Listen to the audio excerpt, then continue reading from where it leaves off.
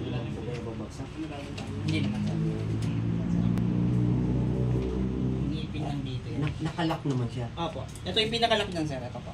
Ay, na pinakalak niya. Kasi ito yung pinaka ano rin sir, lock sa taas. So kaya hindi naman basta-basta babagsak. Uy, wag mo akong kakalmutin. Yan yung pinaka ano. Hawakan na. Tatanggalin mo siya.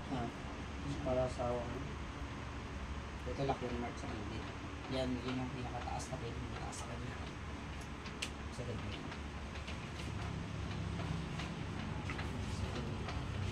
254 mm. Ha? 254 mm.